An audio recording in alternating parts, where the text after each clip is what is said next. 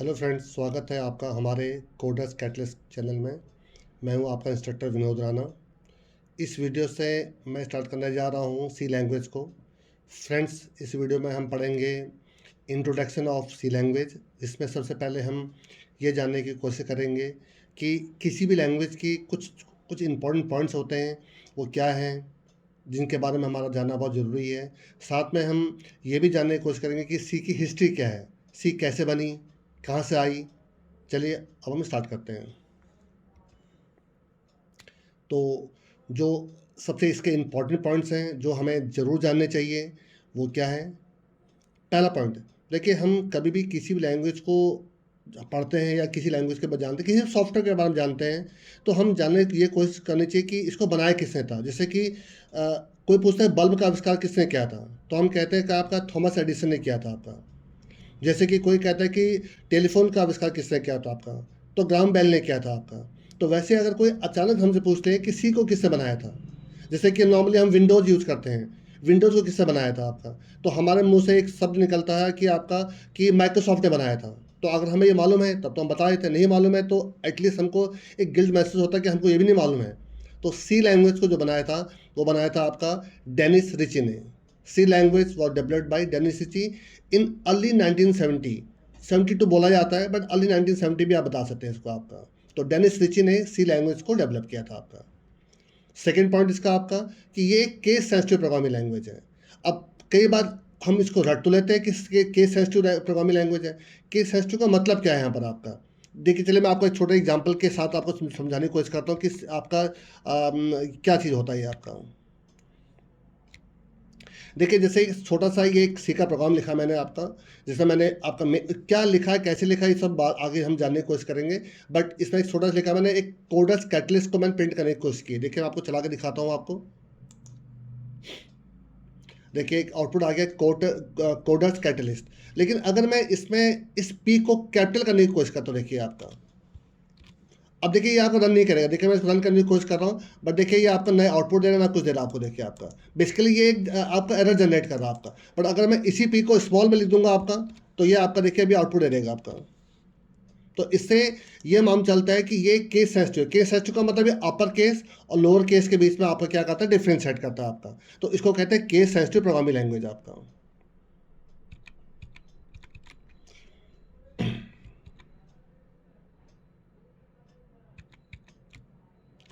Next point देखिए हम इसके लेते हैं आपका कि सी एक आपकी स्ट्रक्चर्ड बेस्ड प्रोग्रामिंग लैंग्वेज है। अगेन ये भी एक बहुत लंबा टॉपिक है जिसको हम आगे चलकर डिटेल में बात करेंगे आपका।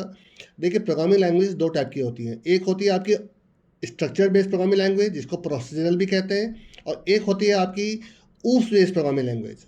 तो सी आपकी क्या है, स्ट्रक्चर्ड बेस्ड। स्ट्रक्चर्ड बेस्ड का मतलब होता है कि इसमें हम प्रोग्राम को छोटे छोटे पार्ट में, मीन्स फंक्शन में डिवाइड कर सकते हैं, हम इसको रीयूज़ कर सकते हैं। बट हम इसमें क्लास एंड ऑब्जेक्ट क्रिएट नहीं कर सकते। हम इसमें इनहेरिटेंस, हम इसमें फंक्शन ओवरलोडिंग, हम इसमें फंक्शन ओवरराइडिंग, मीन पॉलीमॉर्फिज्म, ये फीचर्स को हम यूज़ नहीं कर सकते हैं।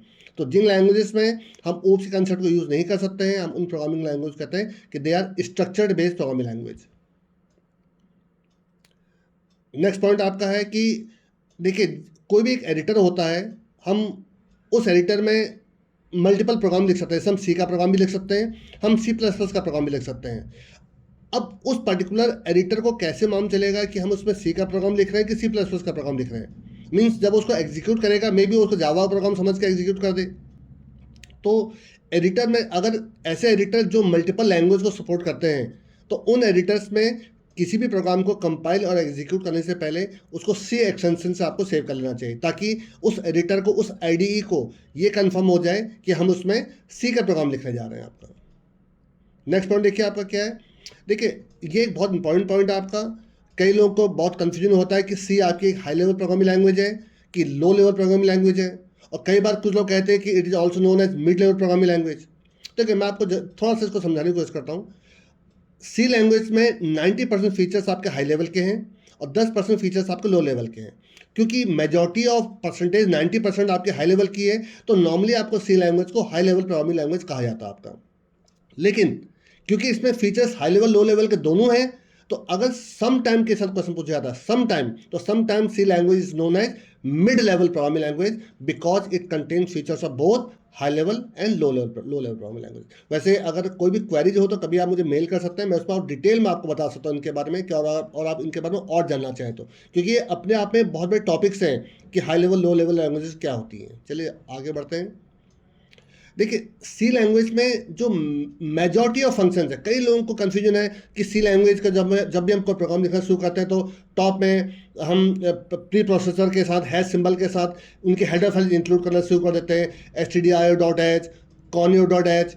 देखिए ऐसा कुछ जरूरी नहीं है। सी लैंग्वेज में मैक्सिमम जो आपकी लाइब्रेरी फंक्शंस हैं उनके लिए हमें उनके हेडर फाइल को इंक्लूड करने की जरूरत नहीं पड़ती है। आगे चलकर मैं आपको एग्जाम्पल में भी दिखा दूंगा कि इनकी कोई ज़रूरत नहीं पड़ती है। लेकिन कुछ ऐसे आपके फंक्शंस हैं जैसे कि आपका मैथमेटिकल फंक्शंस है, पावर, स्क्वायर रूट, या कुछ स्ट्रिंग बेस्ड फंक्शंस हैं जिनके लिए उनके हेडर फाइल को लगाना कंपलसरी होता है। लेकिन अराउंड 90% जो लाइब्रेरी फंक्शन सी के हैं, मैं सी की बात बता रहा हूँ आपको, है सी के 90% जो लाइब्रेरी फंक्शन है उनके हेडर फाइल लगाना कंपलसरी नहीं होता है।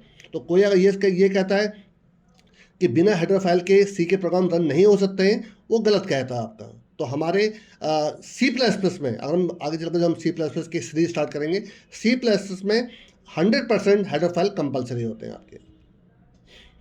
इसका एक लास्ट इंपॉर्टेंट पॉइंट आपका, कई बार हमें कंफ्यूजन होता है कि ट्रांसलेटर कौन सा यूज़ करते हैं, कौन से प्रोग्रामिंग लैंग्वेज किस ट्रांसलेटर को सपोर्ट करती है। देखिए ट्रांसलेटर 3 होता है, असेंबलर, इंटरप्रेटर और कंपाइलर। अगेन ये भी एक बहुत बड़ा टॉपिक है, बट मैं एक सिंपल लैंग्वेज आपको बता दूं कि जो इंटरप्रेटर है वो पूरे प्रोग्राम को एक साथ कंपाइल नहीं करता है, वो लाइन बाय लाइन कंपाइल करता है। मींस एक बार में एक लाइन को कंपाइल करता है और उस लाइन में अगर कोई गलती नहीं मिलती है तो उसको एग्जीक्यूट करता है, देन नेक्स्ट लाइन को कंपाइल करता है। इससे क्या होता है कि अगर हमारा बहुत बड़ा प्रोग्राम है, जैसे 100 लाइन्स का हमारा प्रोग्राम है और 90th लाइन पे कोई एरर आती है, तो इसका मतलब फर्स्ट टू 89 लाइन्स तक वो एग्जीक्यूट कर चुका होगा, देन 90th लाइन पे आपका 90 लाइन पे आपको वो एरर दे रहा होगा। इससे क्या होगा कि अभी तक हमने जितना भी काम किया है वो सब हमारा वेस्ट हो जाएगा हमारा। तो कंपाइलर बेटर है इस मामले में। आपका कंपाइलर क्या करता है, पूरे प्रोग्राम को पहले कंपाइल करता है, अगर उसमें कोई एरर नहीं होती है, कोई उसको एरर नहीं मिलती है, देन वो उसको एग्जीक्यूट करता है। देख लिखा भी है, compiler translate the entire source code into machine code before the program is run. तो ये हमारे कुछ इंपॉर्टेंट पॉइंट है। अब थोड़ा सा हम इसके बारे में हिस्ट्री जान लेते हैं कि इसकी हिस्ट्री क्या है आपकी। देखिए किसी भी लैंग्वेज को कहाँ से वो ओरिजिन हुआ था, कहाँ से वो इवॉल्व हुआ था, ये हमें उसकी हिस्ट्री के बारे में जानना होता है आपका। तो सबसे पहले 2 लैंग्वेज हुआ करती थी, एक होती थी BCPL, basic combined programming language, और एक होती थी बी आपकी। इन 2 लैंग्वेज से सी लैंग्वेज को बनाया गया आपका। जो BCPL है, जिसका हम full form basic combined programming language, उसका जो बेसिकली यूज़ था वो जो प्रीवियस जो आपके ऑपरेटिंग सिस्टम थे या फिर जो कंपाइलर थे उनको बनाने के लिए इनका यूज़ किया जाता था आपका। लेकिन हर लैंग्वेज में एक टाइम के बाद कुछ ना कुछ कमियाँ महसूस होती हैं, क्योंकि हम चीज़ों को आगे बढ़ रहे होते हैं, हमें और हमारी रिक्वायरमेंट बदल रही होती है। तो BCPL का जो पहला लेटर B था उसको लेकर अगली लैंग्वेज बनाई गई B आपकी। तो जो अर्ली वर्जन ऑफ जो आपकी यूनिक्स है, यूनिक्स ऑपरेटिंग सिस्टम आपको मालूम है बहुत बड़ा एक ऑपरेटिंग सिस्टम है आपका। जैसा आप एक विंडोज ऑपरेटिंग सिस्टम, वैसे यूनिक्स, लाइनक्स या ऑपरेटिंग सिस्टम है। तो यूनिक्स के जो प्रीवियस वर्जन थे आपके, वो सब आपके B लैंग्वेज में ही लिखे गए थे आपके, और B लैंग्वेज को ही मॉडिफाई करके फिर एक आपका C लैंग्वेज को बनाया गया आपका। और ये बनाया गया आपका 1972 में, डेनिस रिचे ने आपका। और इस वीडियो में काफ़ी इतना। और कोई भी क्वेरी अगर आपके होती हैं तो मैंने मेल ID दिए हुए हैं आपके, इस मेल ID में आप अपने जो भी क्वेरीज हैं वो पूछ लीजिएगा। Thanks a lot.